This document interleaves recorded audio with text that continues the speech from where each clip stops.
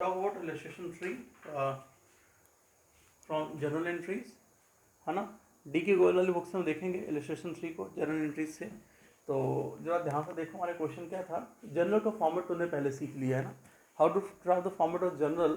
तो जर्नल का अगर फॉर्मेट तुम देखो तो तुमको पता है कि दैट कंसिस्ट ऑफ द पहला column is known as the date column, then the second column known as the particular column, after the ledger folio column, and the last debit column and the credit column. These are the format of the journal. These are the respective columns. ये column सारे होते हैं, ठीक है। हम उनके ऊपर यहाँ पे लिख भी देते हैं, date column, particular, ledger folio, debit amount rupees symbol मैंने दे दिया, एंड क्रेडिट अमाउंट मैंने यहाँ रुपीज सिंबल दे दिया। ऊपर आप लिखते हो जनरल एंट्रीज, ठीक है, फॉर द ईयर एंडेड।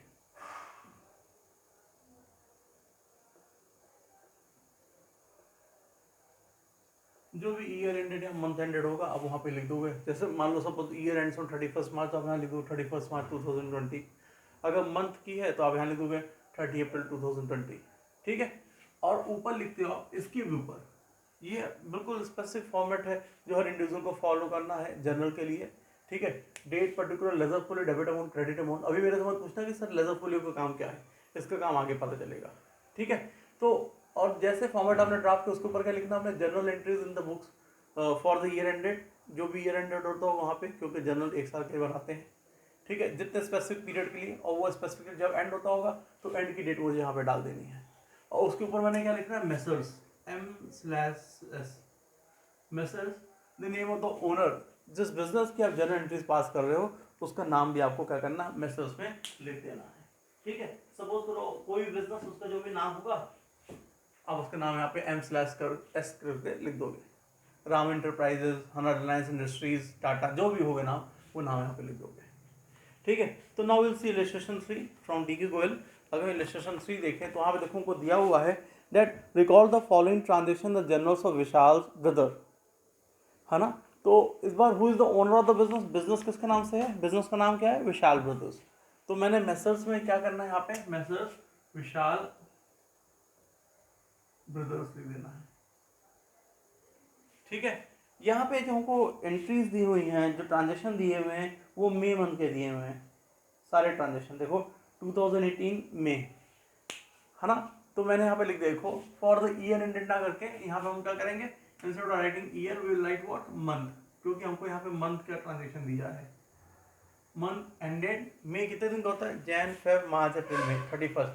तो मैंने यहाँ पे लिख दिया 31 मई 2018, ठीक है।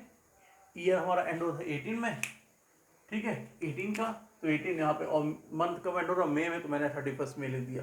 अब 1 मई से लेकर 31 मई तक के जितने भी ट्रांजेक्शन होंगे हम उन सारे के सारे ट्रांजेक्शन को क्या करेंगे, अपने जर्नल में रिकॉर्ड कर लेंगे, ठीक है।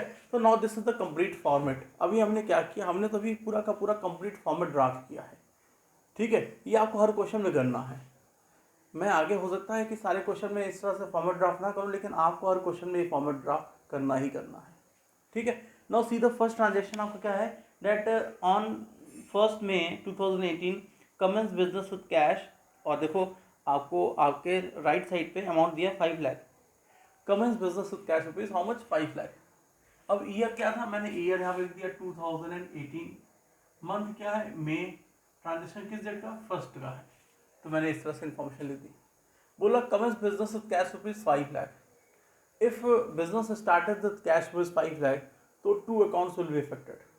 आपने बिजनेस स्टार्ट अगर किया तो पहला तो क्या होगा, बिजनेस में कैश आएगा, और दूसरा क्या होगा, बिजनेस में कैपिटल नाम की लायबिलिटी अराइज करेगी। आपने अगर बिजनेस स्टार्ट किया, किसी ने बिजनेस स्टार्ट किया, ओनर ने बिजनेस जब स्टार्ट किया तो उसने 5 लाख रुपए लगाया, बिजनेस को दिया।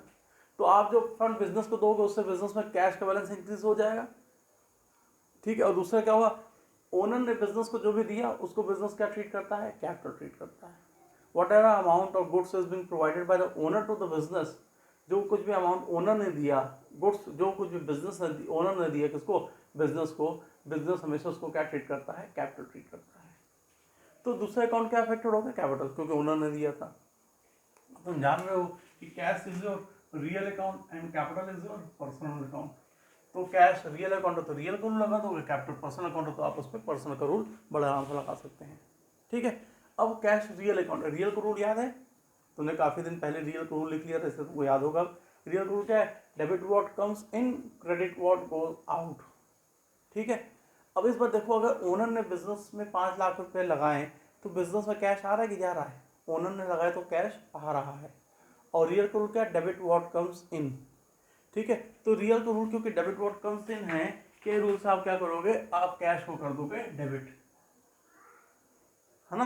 रियल कहता ही है कि अगर रियल अकाउंट बिजनेस में आता है तो उनको करना, उनको आपको डेबिट कर देना, तो मैंने डेबिट कर दिया। ठीक है, अब अगर मैं देखूँ तो बात करूँ कैपिटल की, तो कैपिटल पर्सनल अकाउंट है, रूल क्या, debit the receiver, credit the giver. इस कैपिटल किसको रिप्रेजेंट कर रहा है, ओनर को। ओनर बिजनेस को क्या प्रोवाइड कर रहा है, कैपिटल, बिजनेस को कैपिटल दे रहा है ना। ओनर क्या कर रहा है, बिजनेस को कैपिटल दे रहा है। और पर्सनल रूल क्या, credit the giver, credit the giver के रूल से हम क्या करेंगे, यहाँ पे हमको ओनर को क्रेडिट करना था, लेकिन ओनर को कौन रिप्रेजेंट कर रहा है इस बार, कैपिटल, इसलिए हमने कैपिटल को क्या कर दिया, क्रेडिट कर दिया। इसीलिए कैपिटल को हम बोलते हैं रिप्रेजेंटेटिव पर्सनल अकाउंट, क्योंकि किसको रिप्रेजेंट करता है, ओनर को रिप्रेजेंट करता है। ठीक है, तो क्योंकि ओनर की जगह हमने कैपिटल का अकाउंट ओपन किया था, ठीक है, this is reason instead of crediting owner we have credited capital. और जैसे आपने कैपिटल को क्रेडिट कर दिया, आप बड़े आराम से फिनांस अपनी एंट्रीज पास कर सकते हैं। And your entries what, your entry will be cash, see I am writing the entry, cash account debit to capital account. आपने बड़े आराम से अपनी एंट्री पास कर लिया, cash account debit to capital. और कितना कैश आया बिजनेस में, 5 लाख रुपीज। तो मैंने अमाउंट कॉलम में देखो डेबिट साइड 5 लाख लिख दिया, और कैपिटल नाम की लायबिलिटी कितना सा राइज कर दी, 5 लाख से, तो मैंने क्रेडिट कॉलम में देखो 5 लाख लिख दिया। And as you know it very well that after recording the transactions को रिकॉर्ड करने के बाद, हम रिकॉर्ड कैसे करते हैं transaction, by passing an entry. हम ट्रांजेक्शन को रिकॉर्ड कैसे करते हैं, बाई पासिंग एन एंट्री। मैंने एंट्री अपनी जर्नल एंट्री पास कर ली, उसके हम क्या करते हैं, आफ्टर रिकॉर्डिंग द ट्रांजेक्शन हम उस ट्रांजेक्शन से रिलेटेड एक शॉर्ट इंफॉर्मेशन लिखते हैं, जिसको क्या बोलते हैं, नरेशन। और नरेशन की शुरुआत कहाँ से होगी, बीइंग से। बीइंग आगे क्या लिखोगे, आगे लिखोगे छोटे से information, started business with cash, लिख दो यहाँ पे,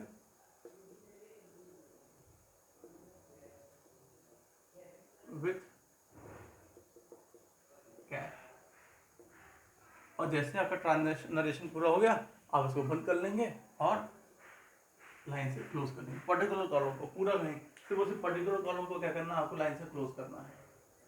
ठीक है, आफ्टर दिस नेक्स्ट ट्रांजेक्शन हमारा क्या है, the next transaction is, sir goods purchase from Mohan for cash rupees 50,000। Goods purchase from Mohan for cash rupees 50,000, मतलब बिजनेस ने मोहन से, मान लो इसका नाम मोहन है, ये मोहन है, बिजनेस ने मोहन से 50,000 गुड्स परचेज किया फॉर कैश। अब ध्यान समझ लेना, मान लो ये मोहन है, मैं बिजनेस हूँ, मैंने 50,000 गुड्स उनसे परचेज किया, और इनको फॉर कैश मतलब मैंने इनको 50,000 रुपये पेमेंट भी कर दिया। मैंने गुड्स परचेज किया 50,000 का, और मैंने इनको 50,000 का पेमेंट भी कर दिया। तो पेमेंट करने के बाद क्या मुझे मोहन को याद रखने की ज़रूरत है, नहीं ज़रूरत है। क्यों, because payment has already been made to Mohan, and once the payment is been made to him, तो हमको उसको याद करने की ज़रूरत नहीं। मुझे याद करना पड़ता जब मैंने मोहन से गुड्स उधार पे खरीदा होता, मैं गुड्स उधार पे खरीदता हूँ, मैंने मोहन को पेमेंट नहीं की, इसलिए मुझे मोहन को याद रखना पड़ता। लेकिन क्योंकि मैंने मोहन को पेमेंट तुरंत कर दिया, कैश में कर दिया, इसलिए मोहन को याद रखने की ज़रूरत नहीं है। तो when goods purchase by the business from Mohan for cash, तो सी सबसे पहले तो सब गुड्स परचेज किया, and you know that whenever goods are being purchase by the business, तो purchase account is being open. तो पहले तो एक तो अकाउंट कौन सा होगा हमारा, परचेज अकाउंट।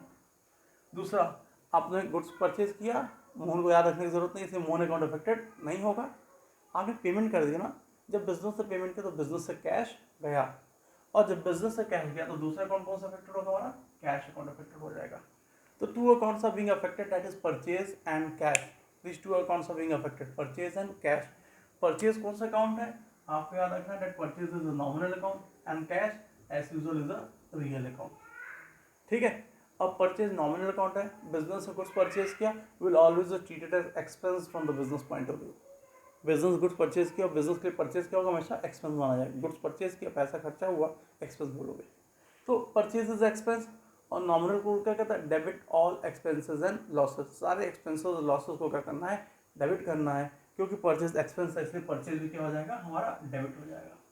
और कैश आ रहा है कि जा रहा है, भाई साहब आपने गुड्स, बिजनेस ने गुड्स परचेज किया तो बिजनेस से कैश जाएगा।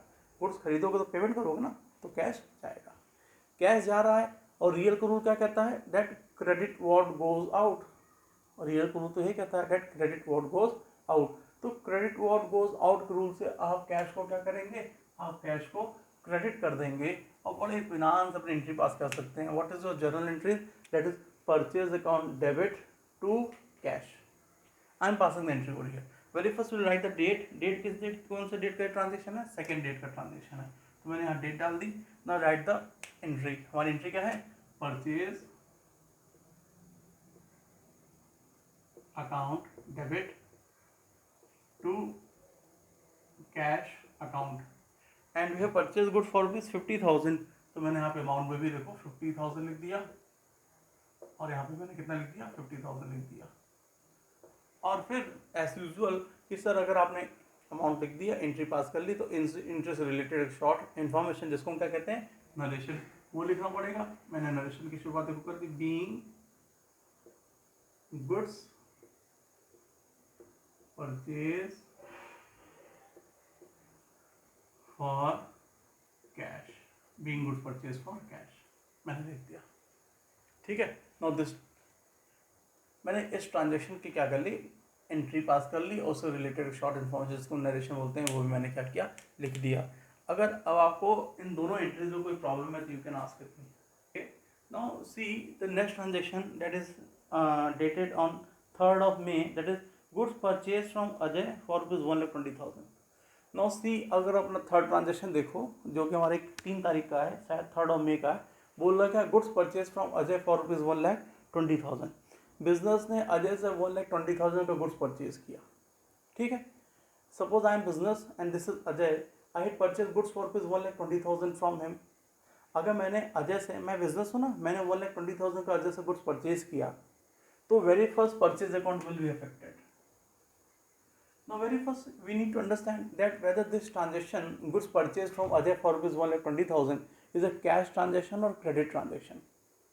पहले तुमको ये जानना है कि हमने जो गुड्स अजय से परचेज किया 1,20,000 रुपये का, ये हमारा कैश ट्रांजेक्शन है कि क्रेडिट ट्रांजेक्शन है। तो this is your credit transaction, ये उधार पे लिया गया ट्रांजेक्शन है। हमने अजय से गुड्स परचेज किया 1,20,000 का, कैसे, क्रेडिट बेसिस पे। तो तुम कहोगे sir how you can to know that this is a credit transaction. I came to know that this is a credit transaction because in this transaction cash का mention कहीं पे भी नहीं था, कहीं लिखा फॉर कैश। जैसे उससे ऊपर और ट्रांजेक्शन अगर तुम देखो तो वहाँ लिखा था goods purchase from Mukesh for cash, Mukesh नहीं समोन, हाँ मोहन फॉर कैश, तो वहाँ लिखा था फॉर कैश। लेकिन अगर तुम थर्ड ट्रांजेक्शन देखो 3 मई के ट्रांजेक्शन को, तो यहाँ पे फॉर कैश की बात की हुई नहीं है। बोला goods purchase from Ajay for ₹1,20,000, business ने अजय से 1,20,000 गुड्स परचेज किया, फॉर कैश लिखा भी नहीं है।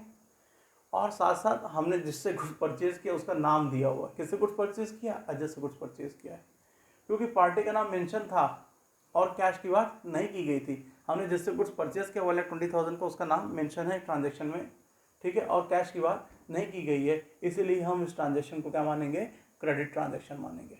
You have to remember that whenever sir cash की बात ना की होगी हो, जब ये क्वेश्चन में ट्रांजेक्शन में कैश की बात ना की गई हो और आपने जिस पार्टी से गुड्स को परचेज किया उसका नाम मेंशन है, ठीक है, कैश की बात नहीं की गई और जिससे आपने गुड्स परचेज किया उसका नाम क्या है, मेंशन है, तो हम ऐसे ट्रांजेक्शन को क्या करते हैं, क्रेडिट ट्रांजेक्शन मान लेते हैं। ठीक है, तो पहले तो गुड्स परचेज कैसे, परचेज अकाउंट बीइंग अफेक्टेड।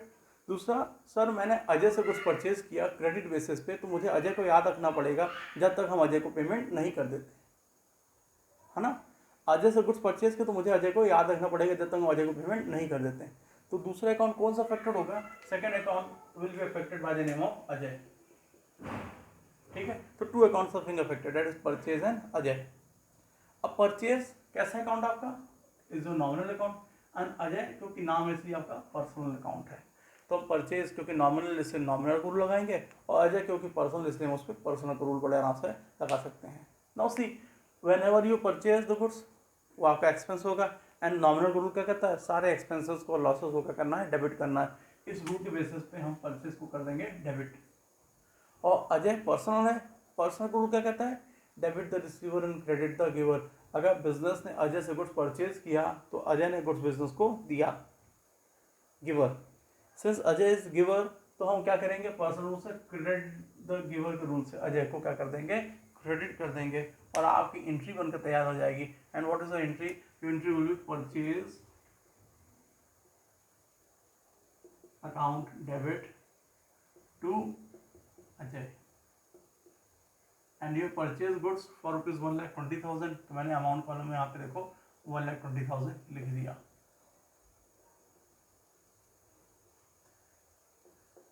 आपको फिगर को बिल्कुल सिस्टमेटिक लिखना है जैसे मैंने लिखा है। डेट कॉलम में यहाँ पे आप डेट डाल दोगे, क्योंकि ईयर और मंथ सेम है, खाली डेट चेंज हुई है, तो मैंने यहाँ पे डेट डाल दी, ठीक है। और फिर लास्ट में क्या करेंगे, इससे रिलेटेड शॉर्ट नरेशन, बीइंग, है ना, गुड्स परचेज ऑन क्रेडिट, मैंने लिख दिया being goods purchase on credit. And after this passing this entry हम क्या करेंगे, पर्टिकुलर कॉलम को फिर से पैक कर देंगे, बंद कर देंगे। होपफुली क्लियर है। फोर्थ ट्रांजेक्शन को पढ़ लेते हैं। Let's see what is the fourth transaction. आपका फोर्थ ट्रांजेक्शन है that goods return to Ajay for ₹5,000। मैंने अजय से गुड्स परचेज किया था 1,20,000 का, ध्यान से समझना। मैं बिजनेस था, मैंने अजय से गुड्स परचेज किया कितने का, 1,20,000 का। इस 1,20,000 गुड्स में 5,000 गुड्स क्या है, डिफेक्टिव है। कोई भी रीज़न हो सकता है, मानो गुड्स डिफेक्टिव है, तो मैं गुड्स क्या करूँगा, गुड्स अजय को रिटर्न कर लूँगा। मैंने गुड्स परचेज किया टोटल कितने का, 1,20,000 का। इसमें 5,000 का goods as per the sample नहीं है, डिफेक्टिव है, ख़राब है, जो भी रीज़न होगा, तो मैं वो 5,000 का गुड्स क्या करूँगा, अजय को वापस कर दूँगा, ठीक है। तो अगर बिजनेस वही बोल रहा है that goods return to Ajay ₹5,000, business ने 5,000 गुड्स क्या किया, अजय को रिटर्न कर दिया। जब मैंने अजय से गुड्स परचेज किया था तो परचेज अकाउंट ओपन किया। जब यही खरीदा हुआ गुड्स हम क्या करते हैं, रिटर्न करते हैं, तो एक नया अकाउंट ओपन करते हैं, उसको बोलते हैं परचेज रिटर्न, याद रखना, ठीक है। जब मैंने गुड्स परचेज किया, मैंने मतलब बिजनेस ने, हम हमेशा बिजनेस के पॉइंट से बात करेंगे, ठीक है। जब बिजनेस ने गुड्स परचेज किया अजय से, तो बोला परचेज, जब उसी परचेज गुड्स को क्या करता है बिजनेस, कुछ गुड्स को रिटर्न कर देता है because of some defect in the goods, तो उसको क्या बोलते हैं, परचेज रिटर्न बोलते हैं, ठीक है। तो जब बिजनेस गुड्स रिटर्न कर दिया तो एक तो कौन सा अकाउंट ओपन हो गया, परचेज रिटर्न। जब बिजनेस ने खरीदे हुए गुड्स को वापस कर दिया तो कौन सा अकाउंट ओपन हुआ, परचेज रिटर्न। और दूसरा ध्यान से देखना, जब मैंने अजय से गुड्स परचेज किया था 1,20,000 का, तो Ajay become my liability bye the amount of 1,20,000। मेरे बिजनेस में अजय 1,20,000 से लाइबिलिटी बन गई, ठीक है। फिर मैंने क्या किया, 5,000 गुड्स अजय को रिफंड कर दिया, वापस कर दिया। तो 5,000 को गुड्स रिफंड करने के बाद अजय नाम की लाइबिलिटी क्या अभी भी 1,20,000 से ही बनी रहेगी, ट्राई टू अंडरस्टैंड। मैंने, हम ये बिजनेस है, मान लो ये बिजनेस है, और ये कौन है, ये अजय है। बिजनेस ने क्या किया था, बिजनेस ने अजय से 1,20,000 का गुड्स परचेज किया क्रेडिट बेसिस पे, तो Ajay become what, Ajay become liability from the business point of bye the amount of 1,20,000 rupees.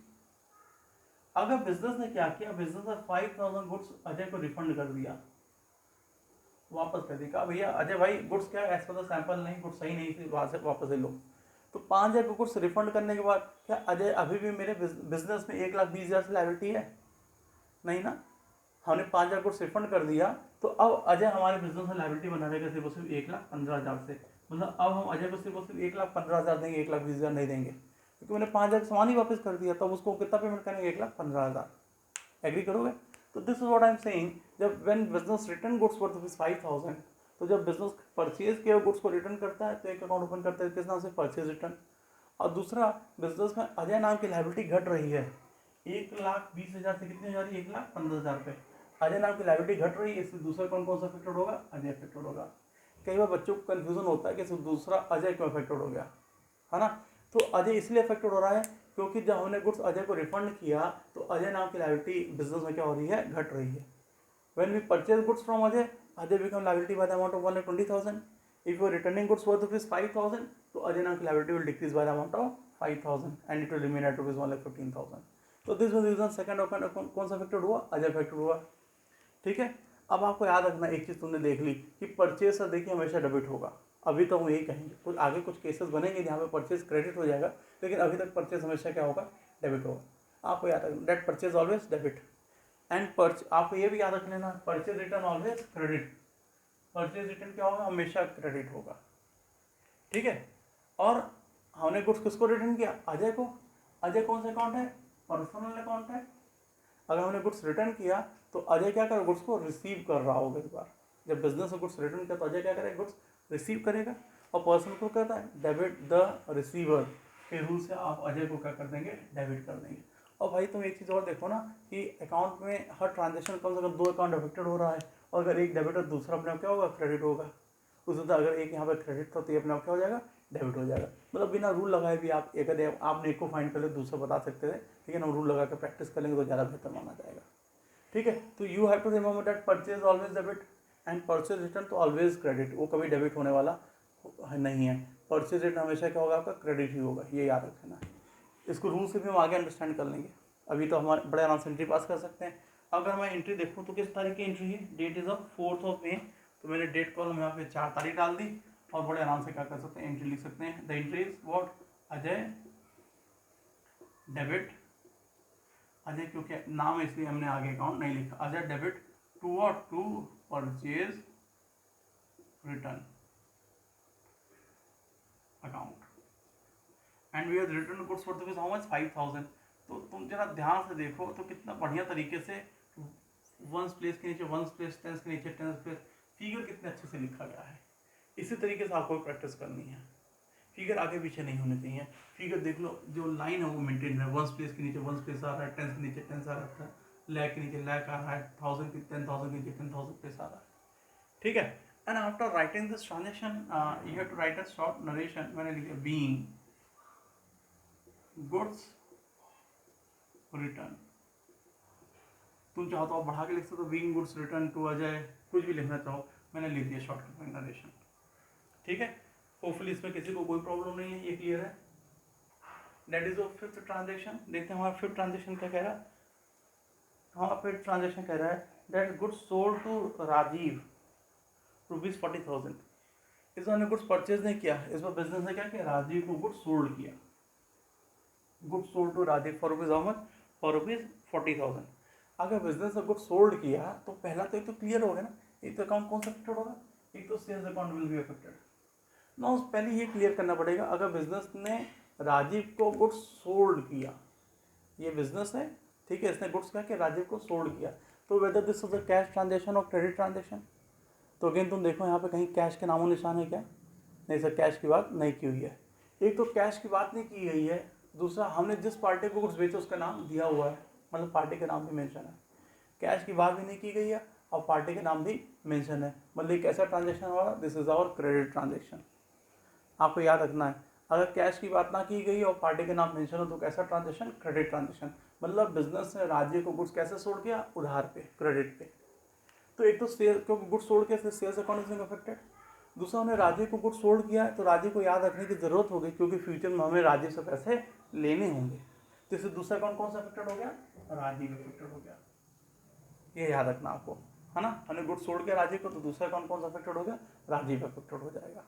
Now sir sales, you have to remember, so sales always credit, कभी डेबिट होगा नहीं, sales हमेशा credit, हमेशा credit. जैसे आपने पढ़ा परचेज ऑलवेज डेबिट, ठीक है, in the same way sales always credit. अब सर एक डेबिट एक क्रेडिट होता है, सेल्स क्रेडिट, तो राजीव क्या करोगे, डेबिट ही करोगे। अब की बात है, अकेला बच गया तो क्या करोगे, डेबिट करोगे। तो ये तो मैंने शॉर्टकट ऐसे मार दिया, लेकिन आप इसको रूल के बेसिस पे अंडरस्टैंड आराम से कर सकते हो that sales is your nominal account and Rajiv is your personal account. आपने गुड्स सोल्ड किया तो वो आपका क्या फ़ायदा है, बिजनेस का जब गुड्स बिकता है तो बिजनेस का फ़ायदा होता है। आपने गुड्स सोल्ड किया, आपका फ़ायदा है। और नॉमिनल रूल कहता है credit all incomes and gain, सारे इनकम्स और गेन को क्या करना होता है, क्रेडिट करना होता है, इससे सेल्स क्रेडिट हो जाएगी, आपका फ़ायदा इसलिए। और राजीव पर्सनल अकाउंट है, मैंने गुड्स सोल्ड किया तो राजीव क्या करो, रिसीव कर रहा होगा, और पर्सनल को कहता है डेबिट द रिसीवर के रूल्स ने राजीव को क्या कर दिया, डेबिट कर दिया, और हमारी एंट्री बन जाएगी क्या, Rajiv debit to sales. That आप देख लो हमारी डेट क्या थी, हमारी डेट थी 8, तो 8 तारीख को मैंने यहाँ लिख दिया Rajiv debit to sales account. और कितने का गुड सोल्ड किया गया राजीव को, 40,000 रुपीज़ का। तो मैंने अमाउंट कॉलम में बड़े आराम से किया 40,000 लिख दिया, 40,000 40,000।